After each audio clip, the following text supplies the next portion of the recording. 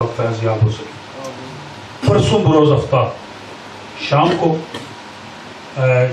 مرکزی جامعہ مسجد غوثیہ diamond road میں حضرت قبلہ علامہ پروفیسر ڈاکٹر سعید الرحمان صاحب کا خوبصورت خطاب ہونے والا ہے۔ سلو میں تمام بھائیوں کو اس پروقار تقریب سعید میں حاضری کے لیے درخواست کی گئی ہے۔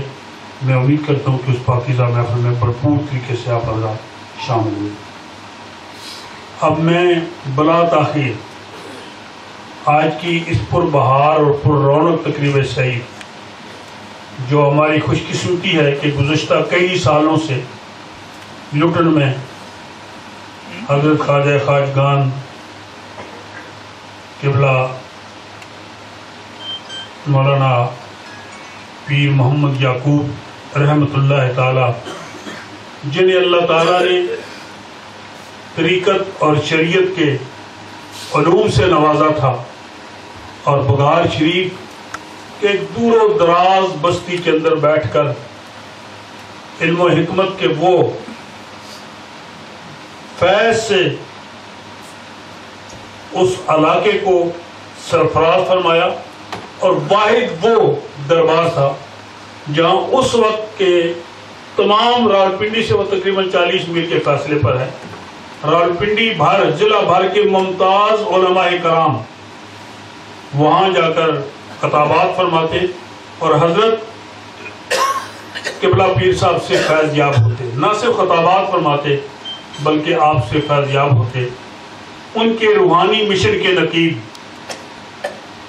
میرے اور آپ کے مربی و محسن حضرت علامہ پروفیسر ڈاکٹر سعید الرحمان صاحب جنہیں اللہ رب العزت نے بے پناہ صلاحیتوں سے نوازا ہے، قدیم و جدید علوم کے عظیم سکالر ہیں، جن کے گفتگو جن کے علمی خطاب علمی نکات سے بھرپور ہوتے ہیں اور ہر جملے کے بعد ایک جدید اور نئی بات سامنے آتی ہے، وہ تشریف لاتے ہیں۔ مجھے اور آپ کو جیسے کہ پروفیسر محمد ریاض صاحب نے کہا کہ آپ اسلامک یونیورسٹی میں بھی وائس چانسلر کے طور پہ رہے، فیصل مسجد جو پاکستان کے کیپٹل اسلام آباد کی سب سے بڑی مسجد پاکستان میں، اس کے خطیب ہونے کا بھی اعزاز، لیکن الحمدللہ اس مسجد کے میناروں میں سے بھی توحید و رسالت اور عشق و محبت رسول صلی اللہ علیہ وسلم کی آواز گونجتی رہی۔ اور آج اسی مشن کے لیے جو حضرت خواجہ پیر محمد یعقوب رحمۃ اللہ تعالیٰ نے بغار کی ایک چھوٹی سی بستی سے شروع کیا تھا، آج پورے یورپ کے وہ شعاع منور کر رہی ہیں۔ آپ تشریف آئے، مجھے اور آپ کو نوازتے ہوئے میں آپ سے درخواست کروں گا کہ مجھے اور آپ کو اپنے علمی اور روحانی فیض سے نوازتے ہیں ذرا محبتوں کے ساتھ، کیونکہ وقت کافی ہو چکا ہے، لیکن میں یہ چاہوں گا آپ اپنی محبتوں کا ایک مرتبہ پھر نذرانہ عقیدت پیش کرتے ہوئے نعرہ تکبیر، میں سمجھ سکوں کہ سارے جاگ کے سن رہے ہیں، نعرہ تکبیر، نعرہ رسالت، نعرہ رسالت، نعرہ حیدری، آستانہ عالیہ بغار شریف، علامہ پروفیسر ڈاکٹر سعید الرحمان صاحب۔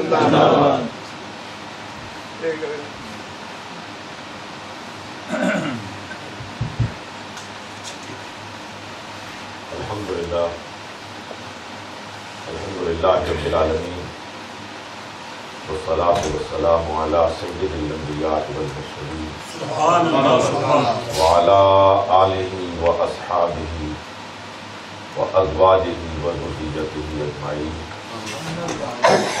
اما بعد، اعوذ باللہ من الشیطان الرجیم، بسم اللہ الرحمن الرحیم، الف لام میم، ذالک الکتاب لا ریب فیہ ھدی للمتقین الذین یؤمنون بالغیب ویقیمون الصلاۃ ومما رزقناہم ينفقون۔ صدق اللہ مولانا العظیم۔ قال اللہ تبارک و تعالی فی شان حبیبہ ان اللہ و ملائکتہ یصلون علی النبی یا ایھا الذین آمنوا صلوا علیہ وسلموا تسلیما اللهم صل وسلم وبارك على سيدنا ونبينا ومولانا محمد وبارك الصلاة والسلام عليك يا رسول الله، الصلاة والسلام عليك يا حبيب الله، الصلاة والسلام عليك يا رحمة للعالمين وعلى آلك وأصحابك يا خاتم الأنبياء والمرسلين۔ میرے انتہائی محترم لائق سر عزت و احترام میرے دیرینہ رفیق حضرت مولانا قاضی محمد عبدالعزیز چشتی صاحب رضی اللہ العالی، عزیز محترم مولانا قاضی واجد علی صاحب، میرے انتہائی محترم موسر صاحب، برادران طریقت اور جمیع برادران اسلام، خواتین و حضرات، الحمدللہ کہ آج نیوٹن میں صاحب رحمۃ اللہ علیہ کا یہ 7واں سالانہ عرس مبارک، اور میں اہل نیوٹن کا شکر گزار ہوں کہ ہر سال اس مبارک محفل میں تشریف لانے والوں کی تعداد میں اضافہ ہی ہوتا رہا، اور یہ حاضری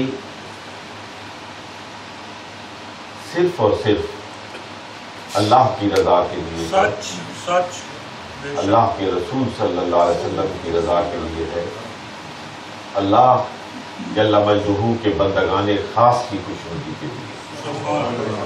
اللہ رب العزت اس حاضری کو قبولیت کی خلت سے سرفراز فرمائے، اور اس مجلس کا اہتمام کرنے والے میرے برادران طریقت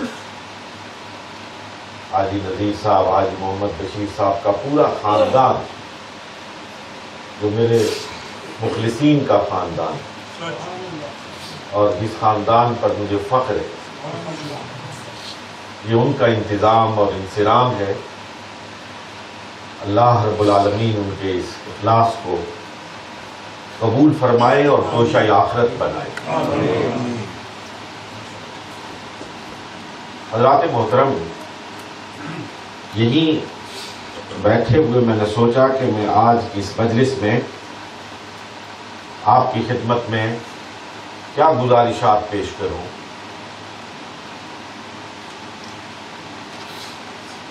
تو ذہن میں آیا کہ ہمارا مبدأ علم، ہمارا ماخذ علم، ہمارا سورس آف نالج تو قرآن مجید فرقان الحمید ہے، کیوں نہ قرآن مجید فرقان الحمید سے ہی اس کا آغاز کرے، اور اللہ نے جہاں سے اس کا آغاز کیا وہیں سے اس کا آغاز کرے۔ سورۃ الفاتحہ سے اس لیے آغاز نہیں کیا کہ اس سورہ مبارکہ کو پڑھنے کا بار بار آپ کو شرف حاصل ہوتا ہے، اور شاید ہی کوئی مسلمان بچہ بچی مرد و زن ایسا ہو جو سورۃ الفاتحہ نہ جانتا ہو۔ یہ تعجب ہوگا اگر کسی کو سورۃ الفاتحہ یاد نہیں۔ پاکستان میں اگرچہ اس طرح کے واقعات رونما ہو چکے ہیں، لیکن برطانیہ کے مسلمانوں سے مجھے صرف امید نہیں، یقین کامل ہے کہ وہ اپنے بچوں کو سورۃ الفاتحہ ضرور یاد کراتے ہوں گے، اور اس کے معنی اور مفہوم سے بھی آگاہ کرتے ہوں گے۔ میں نے سورۃ البقرہ سے آغاز کیا ہے، اور میں اس کا ترجمہ اور مختصر ترین اس کی تشریح و توضیح، لیکن بیچ بیچ اگر کوئی چند نکات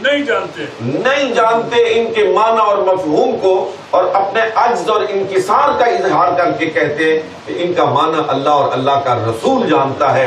اس لیے اس گمراہ کن پراپیگنڈے میں کبھی نہ آنا کہ اگر قرآن کا معنی نہیں جانتے ہو تو اسے پڑھتے کیوں ہو۔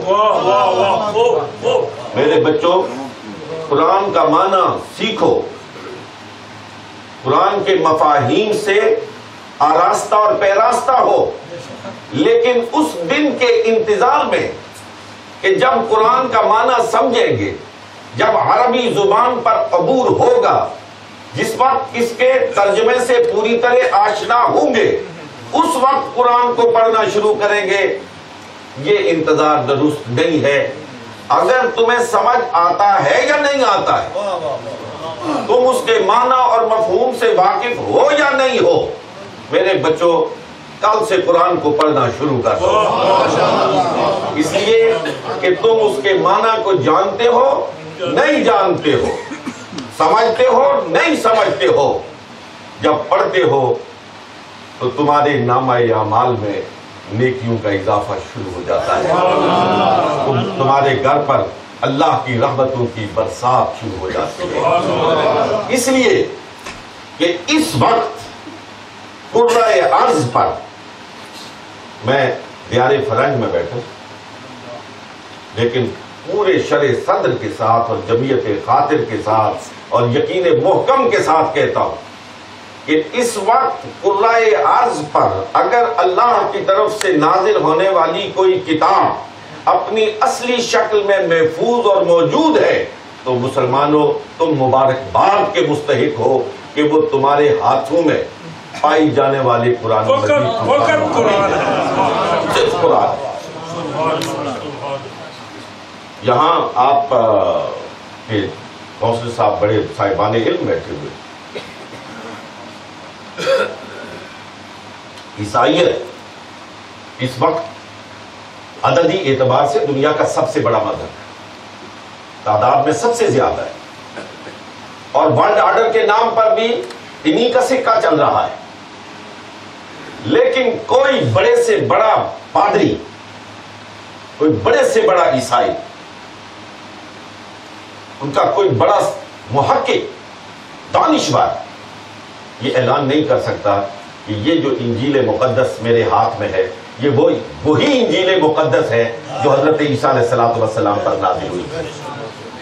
ابھی تک عیسائی علمی دنیا اس بات پر متفق نہیں ہے کہ انجیل مقدس کس زبان میں نازل ہوئی تھی، لیکن آج آپ کا جاہل ہو یا عالم ہو، یورپ میں بسنے والا ہو یا سعودی عرب میں بسنے والا ہو، وہ پورے آہنگ کے ساتھ کہتا ہے اور پڑھتا ہے، اور کبھی ترتیل کے ساتھ پڑھتا ہے، کبھی تدوین کے ساتھ پڑھتا ہے، کبھی حضرت میں پڑھتا ہے کہ ذالک الکتاب لا ریب فیہ، یہ وہ کتاب ہے جس میں کوئی شک نہیں، یہ وہی ہے جو غار حرا کی خلوتوں میں نازل ہونا چاہیے۔ اقرأ بسم ربک الذی خلق خلق الانسان من علق اقرأ وربک الاکرم الذی علم بالقلم علم الانسان ما لم یعلم۔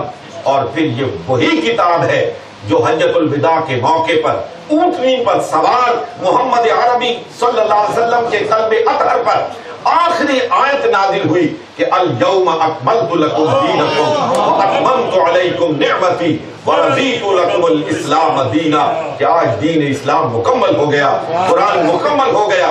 الف لام میم سے لے کر والناس تک محمد عربی صلی اللہ علیہ وسلم کے قلب اطہر پر نازل ہونے والی کتاب، کتاب مبین، قرآن مجید، فرقان الحمید، اسی طرح آج مسلمانوں کے ہاتھوں میں محفوظ اور موجود ہے جس طرح یہ نازل ہوئی تھی۔ اور حضرات ایک اور گزارش اپنے بچوں سے کرنا چاہتا ہوں، کسی کتاب کے بارے میں، صحیفہ آسمانی کے بارے میں رب کریم نے یہ نہیں ارشاد فرمایا کہ یہ میرے الفاظ ہیں۔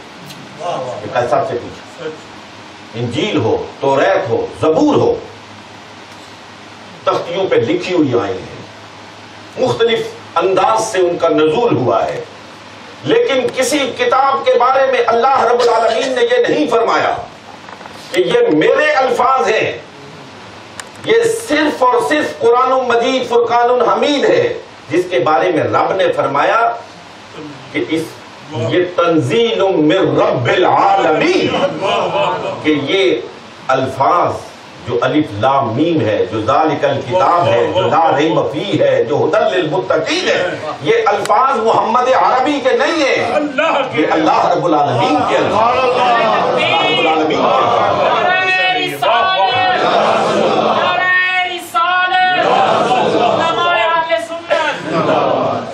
ذالک الکتاب لا ریب فیہ، یہ وہ کتاب ہے جس میں کوئی شک نہیں۔ اور مسلمان نوجوانوں، اللہ رب العالمین نے اس کتاب کی حفاظت کا ذمہ خود لیا ہے، اس لیے اس پہ کوئی ڈاکہ زن نہیں ہو سکتا ہے، کوئی ڈاکہ نہیں مار سکتا ہے۔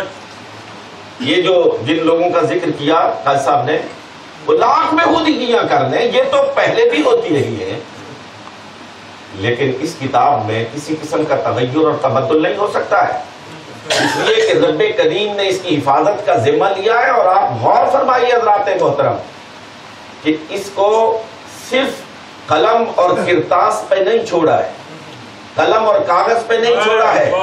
قلم اور کاغذ میں تبدیلی ہو سکتی ہے، تحریف ہو سکتی ہے، تغیر اور تبدل ہو سکتا ہے، لیکن اللہ رب العالمین نے مسلمانوں کے دلوں کی تختی پہ اسے لکھ دیا ہے کہ تم کاغذ سے تو بدل سکتے ہو، لیکن مسلمان کے دل کی تختی سے اسے کیسے نکال سکتے ہو، وہاں کیسے تبدیلی لا سکتے ہو۔ اور کیا یہ عجب نہیں ہے، کیا یہ عجب نہیں ہے کہ صرف بینا ہی نہیں، صرف آنکھ والا ہی نہیں، نابینا بھی قرآن کا حافظ، یار جو ماں کا چہرہ نہیں دیکھ سکتا، جو دنیا کا آپ کا چلتا ہوا رستہ نہیں دیکھ سکتا، خدا کی قسم وہ آیتیں ایسے پڑھتا ہے جیسے دیکھ دیکھ کے پڑھتا ہے، جیسے اس کے سامنے قرآن کھلا ہوا ہے۔ پہلے جو آپ کو معلوم ہوگا، سارے دیہاتوں سے تعلق رکھنے والے لوگ ہیں کہ جس کو جو اندھا ہو اور اس کو قرآن کی ایک آیت بھی یاد نہ ہو، اس کو بھی حافظ ہی کہا کرتے تھے، حافظ صاحب کہتے تھے، اس لیے کہتے تھے کہ حافظ ہی قرآن یاد کرتے تھے۔ تو سارے نابینے تقریباً حفاظ ہوا کرتے تھے۔ تو اللہ رب العالمین نے لوگوں کے دلوں کی تختی پہ اپنے کلام کو لکھ دیا ہے کہ تم اس میں کوئی تغیر اور تبدل نہیں کر سکتے۔ جس وقت حضرت سیدنا عثمان رضی اللہ تعالی عنہ پر حملہ ہوا، اس وقت آپ قرآن مجید کی تلاوت کر رہے ہیں، اور آپ کے جسم اقدس سے نکلنے والا خون قرآن مجید فرقان الحمید کے صفحے پر گرا اور فَسَيَكْفِيكَهُمُ اللَّهُ کے الفاظ پر گرا۔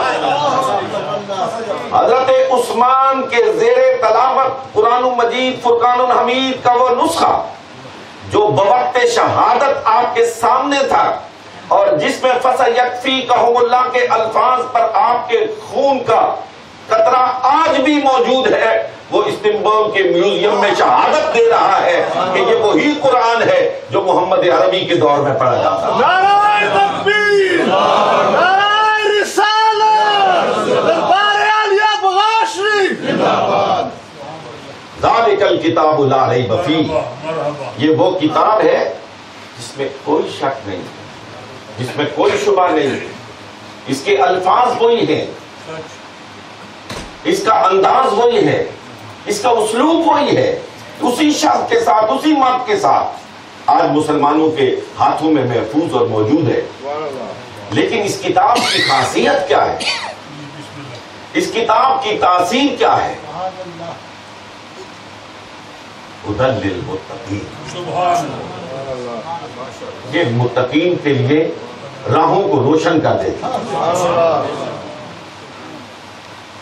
یہ متقین کے لیے اجالا ہے، متقین کے لیے روشنی ہے، متقین کے لیے ہدایت کا پیغام ہے، متقین کے لیے یہ زندگی کا لائحہ عمل ہے، زندگی گزارنے کا پورا نظام ہے۔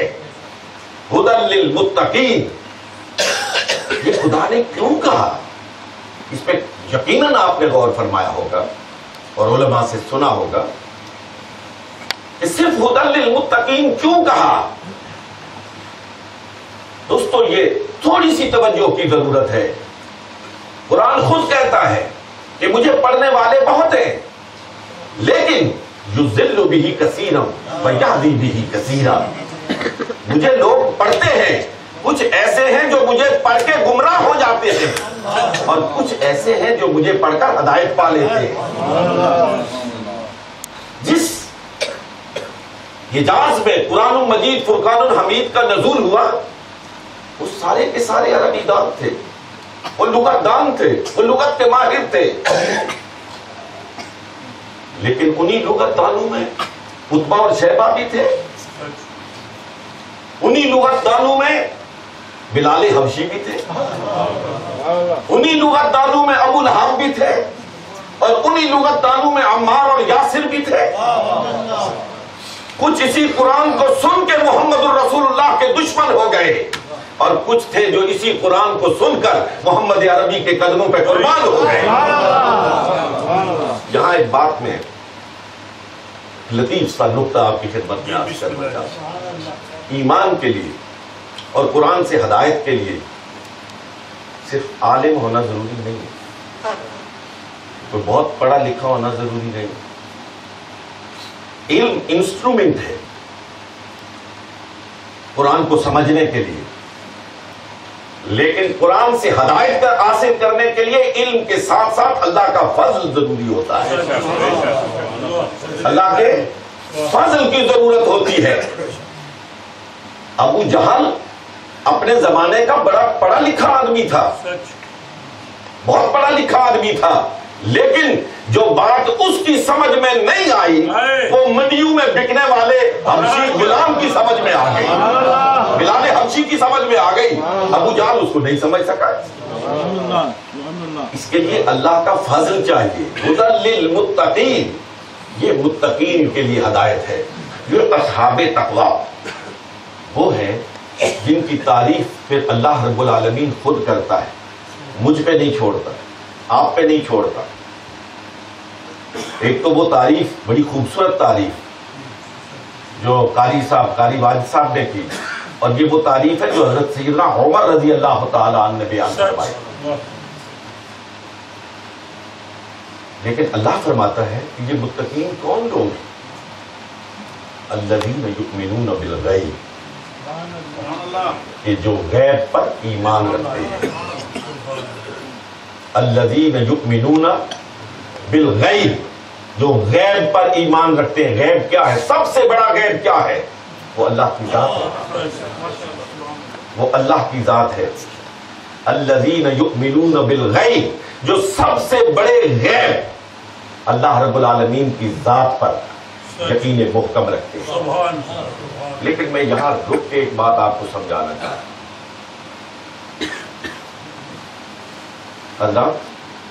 اللہ کو ماننے سے پہلے اللہ کے نبی کو ماننا پڑتا ہے. اللہ کو ماننے سے پہلے اللہ کے نبی کو ماننا پڑتا ہے. جب تک کہ اللہ کے نبی کو آپ نہ مانیں تو اللہ کا ماننا بہت مشکل ہے. آپ نے یقیناً صفا کی پہاڑی کا واقعہ بہت سے علماء سے سنا ہوگا. جب صفا کی چوٹی پر کھڑے ہو کر سرکار علیہ الصلوۃ والسلام نے قریش کو آواز دی اور قریش جمع ہوئے تو سرکار نے توحید کی دعوت نہیں دی. سرکار نے سوال کیا ہے کہ تم میرے بارے میں کیا کہتے ہو، میرے بارے میں کیا جانتے ہو، اپنی سیرت میرے بارے میں کیا جانتے ہو. جب نیچے سے آواز آئی کہ اے محمد ہم آپ کو امین بھی مانتے ہیں، ہم آپ کو صادق بھی مانتے ہیں، جب محمد الرسول اللہ کی امانت اور صداقت کی گواہی دی تو پھر کہا اگر مجھے اتنا امین سمجھتے ہو، اتنا سچا سمجھتے ہو تو پھر اگر میں تم سے یہ کہوں کہ اس پہاڑی کے پیچھے ایک لشکر ہے تم پر حملہ آور ہونے والا ہے، مان لو گے؟ سب نے بیک زبان کہا کہ یقیناً مانیں گے. اس لیے کہ ہم نے آپ کی زبان سے کبھی جھوٹ سنا ہی نہیں۔ ہاں اگر اتنا یقین رکھتے ہو تو پھر یہ بھی مانو کہ یہ جو 360 معبودان باطل تم نے کعبے میں لٹکائے ہوئے ہیں نا، یہ خدا نہیں ہے، خدا ایک ہے، وہ وحدہ لا شریک ہے۔ میں یہاں بیچ میں ایک اور آپ کی اجازت سے گزارش کرنا چاہتا ہوں، حضور کو پہاڑی کی چوٹی پر جانے کی کیوں ضرورت محسوس کیوں کیا ضرورت محسوس؟ یہ بات تو سرکار علیہ الصلوۃ والسلام کعبے کی سیڑھیوں پہ بھی کھڑے ہو کے کہہ سکتے تھے، پہاڑی کی چوٹی پہ کیوں گئے؟ اور ایک بات ذہن میں رکھیے، میں آپ کوئی عام صاحب علم، تھوڑی سی دانش رکھنے والا، فہم رکھنے والا کوئی ایسا کام نہیں کرتا ہے جس میں کوئی حکمت نہ ہو، اور نبی کا تو کوئی کام حکمت سے خالی ہوتا ہی نہیں ہے، کوئی کام حکمت سے خالی نہیں ہوتا ہے۔ تو سرکار نے یہ پہاڑی پہ جانے کی ضرورت کیوں محسوس کی؟ یہ پہاڑی کی چوٹی پہ کیوں کھڑے ہوئے؟ اور پھر یہ کیوں کہا کہ اس پہاڑی کے پیچھے اگر کوئی لشکر ہے میں اس کے بارے میں تمہیں خبر دوں، مانو گے یا نہیں مانو گے؟ اس پہ بعض سیرت نگاروں نے بہت خوبصورت کلام کیا ہے، انہوں نے کہا کہ سید و سرور محمد الرسول اللہ صلی اللہ علیہ وسلم پہاڑی کی چوٹی پہ کھڑے ہو کر اپنے مخاطبین کو اور آنے والی امت مسلمہ کی نسل کو یہ بتانا چاہتے تھے کہ نبی اس مقام پر کھڑا ہوتا ہے، نبی اس مقام پر کھڑا ہوتا ہے جہاں سے وہ آگے بھی دیکھتا ہے، جہاں سے وہ پیچھے بھی دیکھتا ہے۔ نعرہ تکبیر، نعرہ رسالت، دربار عالیہ بغاشی۔ نبی اس مقام پر کھڑا ہوتا ہے جہاں سے وہ آگے بھی دیکھتا ہے، جہاں سے وہ پیچھے بھی دیکھتا ہے، جہاں سے وہ دائیں بھی دیکھتا ہے، جہاں سے وہ بائیں بھی دیکھتا ہے۔ اور سنیے، نبی اس مقام پر کھڑا ہوتا ہے جہاں سے وہ عالم شہادت کو بھی دیکھتا ہے، عالم غیب کو بھی دیکھتا ہے۔ اس لیے کہ یہ غیب سارے کا سارا، اس کا علم مرہون منت ہے نبی کا، الذین یؤمنون بالغیب۔ جب تک نبی پر ایمان نہ لاؤ اس غیب کی خبر تم تک پہنچتی نہیں۔ ہمارا غیب پر ایمان ہے، عرش پر ایمان ہے، ہمارا کرسی پر ایمان ہے، ہمارا سدرۃ المنتہا پہ ایمان ہے،